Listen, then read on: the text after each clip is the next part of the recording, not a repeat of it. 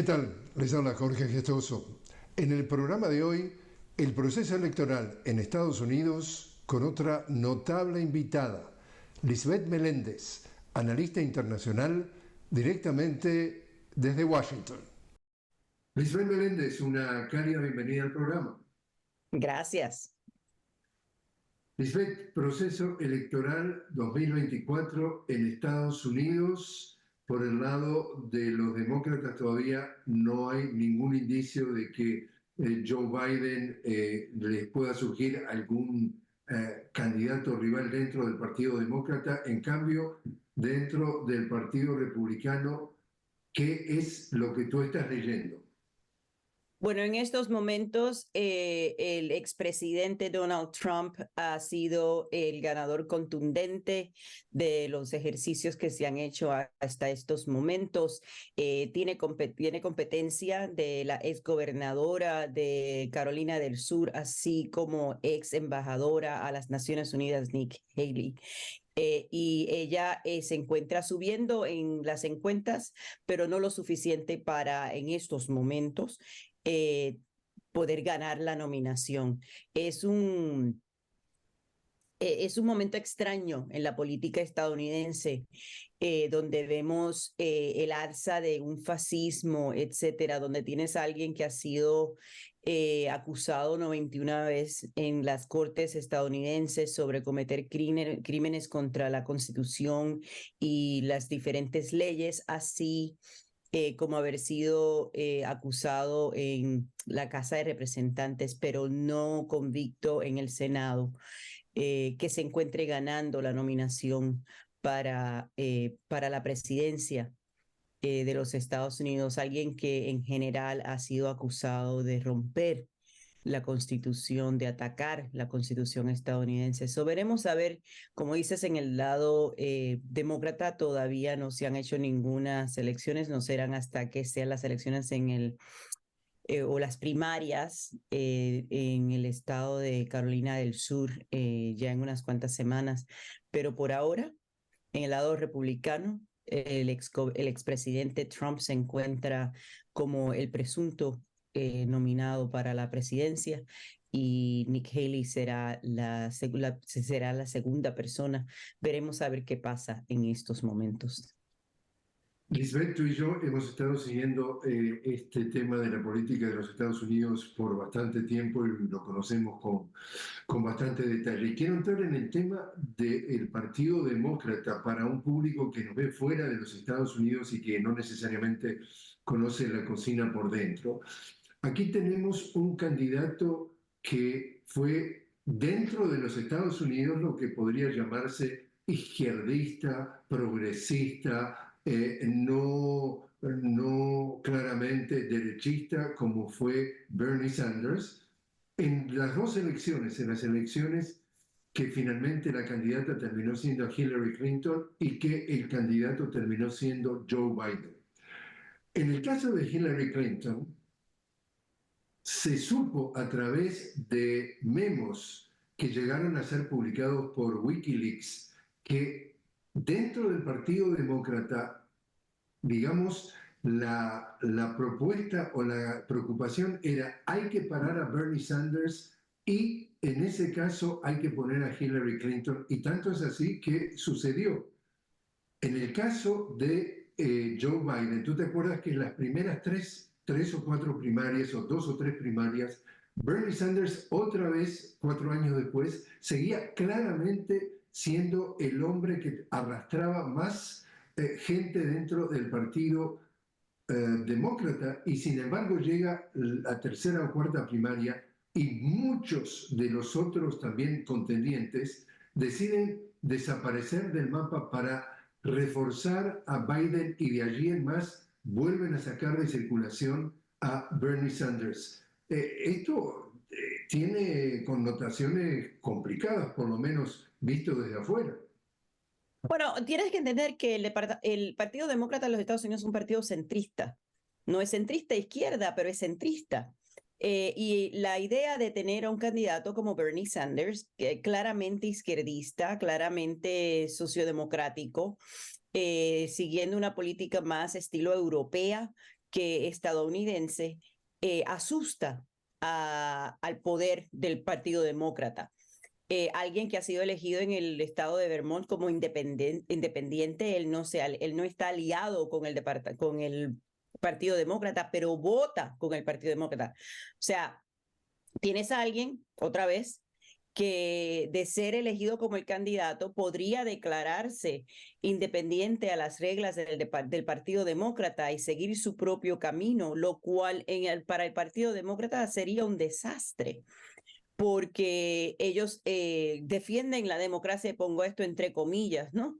Pero la realidad es que la idea de algo que esté asociado con el socialismo demócrata,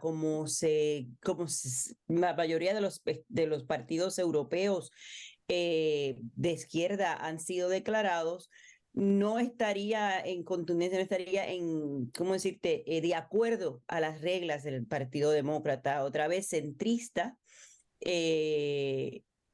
constantemente moviéndose hacia la derecha por el arranque del Partido Republicano, buscando esos votos, alguien que claramente se ha mantenido del lado izquierdo de la política estadounidense, no sería conveniente para ellos.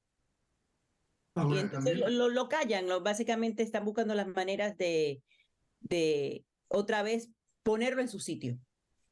y ahora del lado, digamos, republicano. También acá tenemos un expresidente que 4 años después sigue repitiendo la letanía de que la última elección presidencial fue un fraude, que él perdió, etcétera, etcétera, etcétera. Tú viste todo lo que se supo, por ejemplo, en el estado de Georgia, en donde ahora se supo que estaba mandando, digamos así, un representante para cambiar los mecanismos de votación a la hora de cambiar el resultado el día del 6 de enero, es decir, hasta ese nivel de intento de fraude. Y sin embargo, ahora vemos que, por ejemplo, en la primera primaria que hubo en Iowa, dentro de los que fueron a votar dentro del Partido Republicano y votaron por Trump, es algo así como el 80% siguen convencidos 4 años después que hubo fraude y que este señor es una víctima. O sea, ¿cómo lees esa actitud del electorado que lo sigue apoyando? El electorado republicano, quiero decir. Y no solamente republicano, es un electorado evangélico fundamentalista. Algo que dentro de sus creencias, como alguien que tiene un doctorado en teología, es inexplicable que tú estés hablando de alguien de una persona que supuestamente sigue ¿cómo decirte? El lema cristiano estadounidense, que estén votando y apoyando a alguien que es totalmente contra las reglas del fundamentalismo cristiano. Pero esto tiene que ver mucho con racismo, tiene que ver mucho con poder, tiene que ver mucho con la educación. La gente continúa buscando maneras para justificar esta ideología, y lo único que yo te puedo decir es que el miedo, ese miedo de que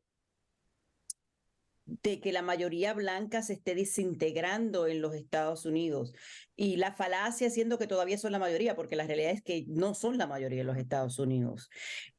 Son la mayoría de los que se presentan, pero no son la mayoría de la población estadounidense. La mayoría de la población estadounidense se ven como tú y yo, somos latinos, asiáticos, afrodescendientes, indígenas. Pero el poder ha sido y siempre ha estado en las manos, desde la fundación de este país, de esta, ¿cómo se llama? Población blanca, población de descendencia europea, cual se ve en estos momentos amenazada por el poder que nosotros podríamos ejercer.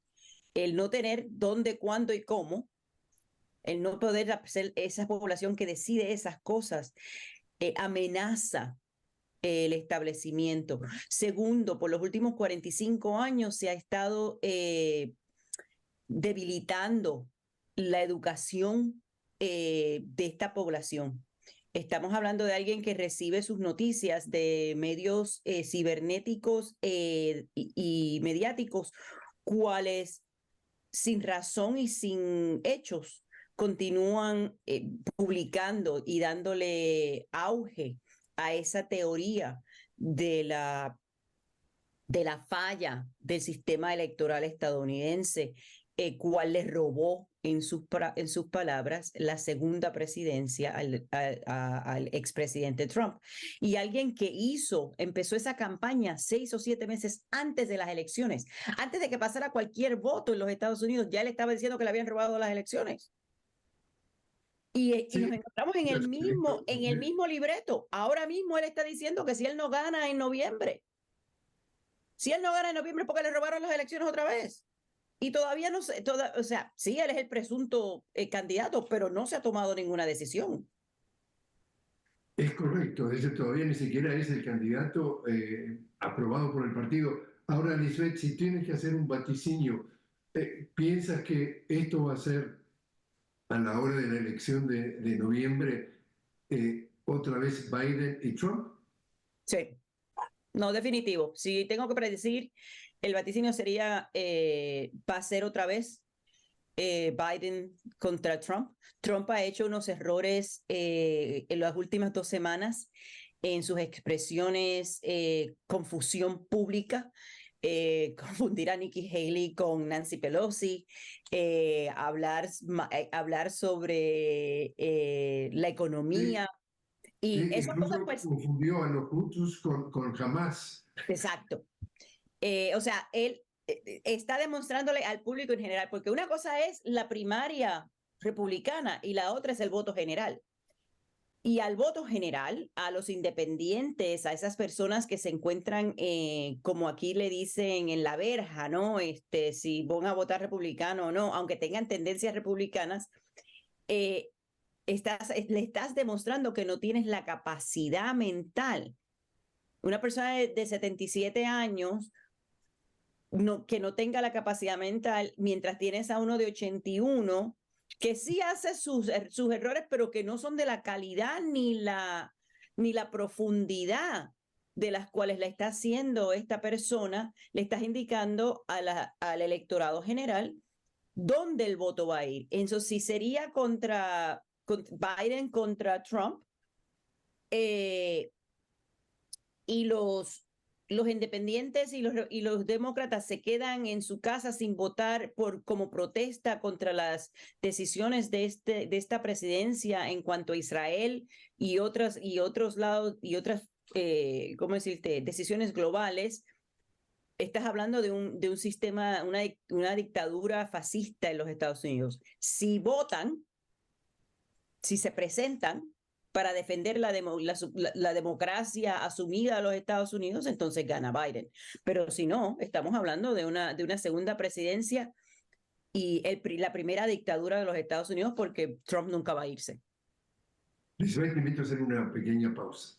Estamos hablando con Lisbeth Meléndez directamente desde Washington, Lisbeth, analista política, sobre el panorama electoral de los Estados Unidos y el panorama en general político. Ya regresamos.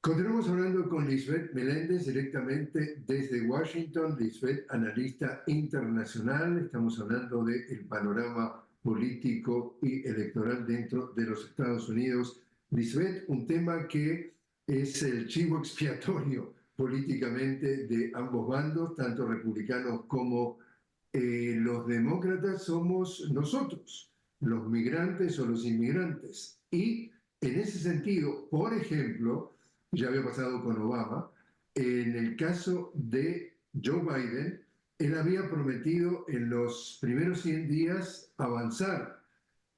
Creo que no avanzamos mucho, más bien que retrocedimos. En el caso de Donald Trump, sigue los insultos cada vez con decibeles mayores. Ahora la frase es, los migrantes envenenan la sangre de nuestro país. ¿Cómo está jugando la migración y qué ves tú que va a ser el protagonismo de la migración en esta campaña electoral? Bueno, nosotros siempre, por lo menos en los últimos 60 años, hemos sido ese punto exculpatorio, ¿no? Le quitamos los trabajos a la gente, somos traficantes de drogas y de problemas de violencia, tal como era, ah, tal como era, ¿cómo decirte?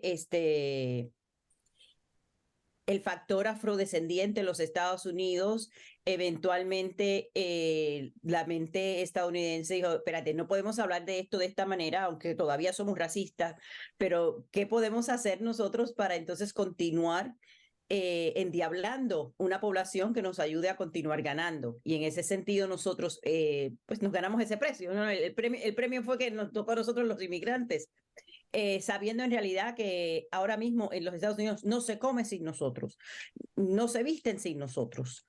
El trabajo menial que mantiene la infraestructura y el país corriendo, se le ha quitado de las manos la culpabilidad, ¿no? a otras poblaciones y se nos ha dado a nosotros tanto la población asiática como la población latina. Ahora mismo te puedo dar el ejemplo del ex candidato a la presidencia, Robert DeSantis, que ha creado todas estas leyes en Florida, una de las capitales agrícolas del país, forzando a los migrantes a irse del estado. Y las compañías grandes, tanto como Disney, como el agronegocio, gritando a los cuatro vientos, no hagan esto que no podemos, no tenemos los suficientes empleados, se nos están pudriendo las naranjas, se nos están pudriendo, ¿cómo decirte? Las frambuesas y las fresas, porque no tenemos a nadie que las recoja, porque nadie va a pasarse 12 horas de rodillas recogiendo frambuesas o con los brazos alzados tratando de cortar naranjas de un árbol. ¿Y qué pasa? Entonces, no tienes que recoger, se pudren en la medra. Lo que queda, tienen que subirle el precio porque no tienen suficiente producto. Entonces, la gente se queja de la inflación sin saber que al final del día el echarnos la culpa a nosotros es lo que está produciendo la inflación en el supermercado. Y en estas elecciones, el problema más grande que tenemos es que nosotros como inmigrantes venimos muchos de dictaduras y de otros sistemas opresivos, y nos están convenciendo de votar por lo mismo, con el miedo del llamado socialismo.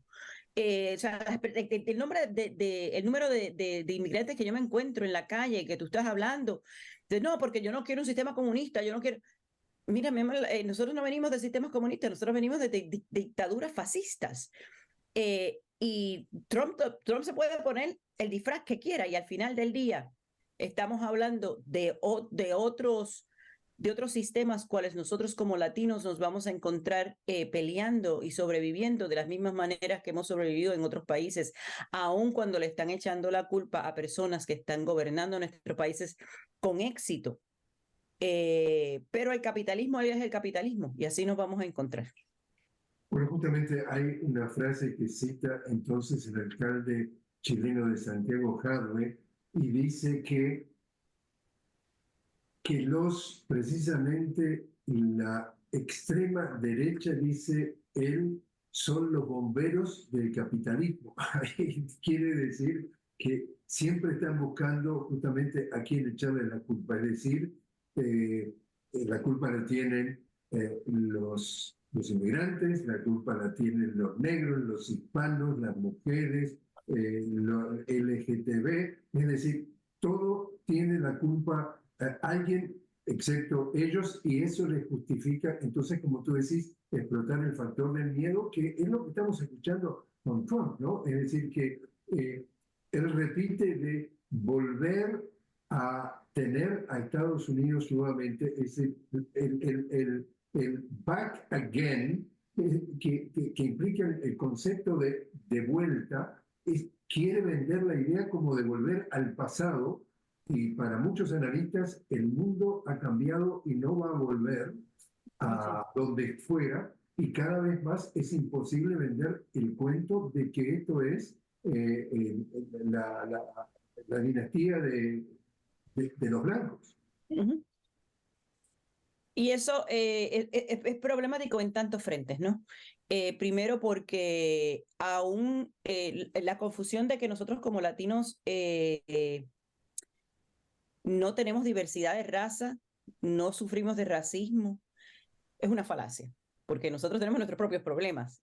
Segundo, este miedo sin educación y sin conocimiento de la historia. Estás hablando de un país que en estos momentos está socavando el sistema educativo de manera cual las personas no tienen el conocimiento suficiente de analizar lo que les está llegando. El punto que tú traes sobre esta idea de, ¿cómo fue que lo dijiste? No ha cambiado, que el mundo ha cambiado para no regresar. El poder no ha cambiado para no regresar. Lugares que en el pasado se tenían poder. Y esta idea de que tiene el capitalismo y la oligarquía estadounidense, de que van a regresar a este nivel de poder donde pueden manipular al mundo entero, no va a regresar. Ya no estamos en esta manera. Hay otros países que tienen tanto o más poder económico y de población de lo que tenemos aquí en los Estados Unidos. Y tenemos que reconocer eso y saber que ahora es el tiempo de jugar bien con otros, no de pelear con el resto. Tú estás justamente en Washington y quien nos está viendo fuera de Estados Unidos quiere saber desde el punto de vista de la vida de todos los días, después del COVID, cuánto ha golpeado la inflación y incluso este tema de los conflictos. Estamos hablando de Ucrania, estamos hablando de ir invadiendo a los palestinos. ¿Cuánto ha golpeado el bolsillo del estadounidense promedio?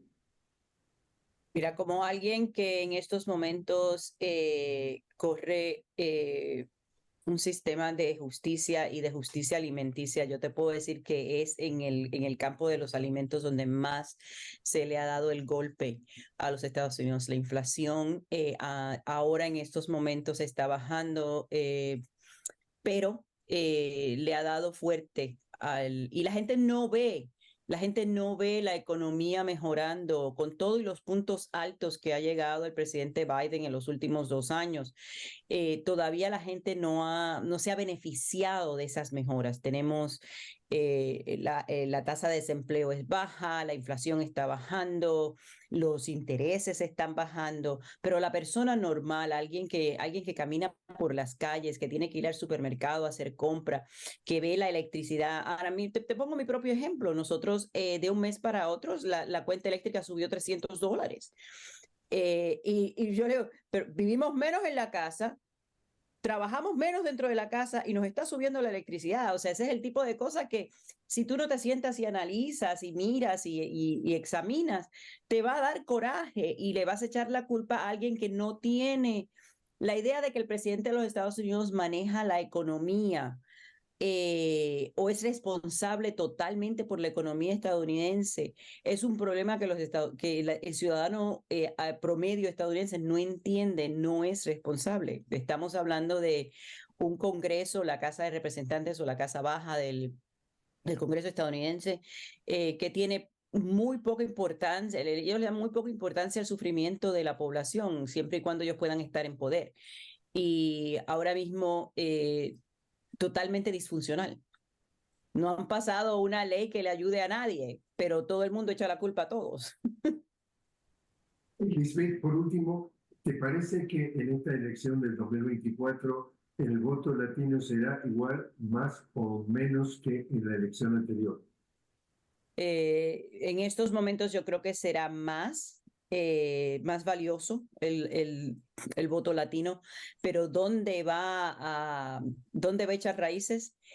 continúa siendo un debate en los medios y en las organizaciones, particularmente organizaciones izquierdistas, porque, como siempre, la izquierda en este país no ha invertido la cantidad de tiempo, dinero y atención que nosotros necesitamos para ayudarnos a comprender las diferencias y las condiciones o la manera en la cual podemos mejorar nuestras condiciones en este país. El Partido Republicano ha hecho mucho avance en la comunidad latina, más allá de la ciudadanía cubana y venezolana en este país, que se encuentran arrancadas al Partido Republicano, y el Partido Demócrata y las organizaciones izquierdistas no han hecho lo suficiente para educar al poblado y al electorado, a aquellas personas que pueden votar.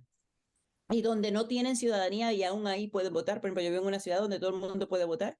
La realidad es que nosotros no nos estamos presentando a votar porque no sabemos que podemos. Y el efecto que tienen las elecciones locales en este país hacia las nacionales es algo que no entendemos mucho tampoco. Veremos a ver qué pasa, pero yo creo que se van a votar más personas. ¿Dónde vamos a votar? Ese es el punto que todavía se debate. Isabel Meléndez, muchísimas gracias por haber estado con nosotros. Gracias a ti por invitarme.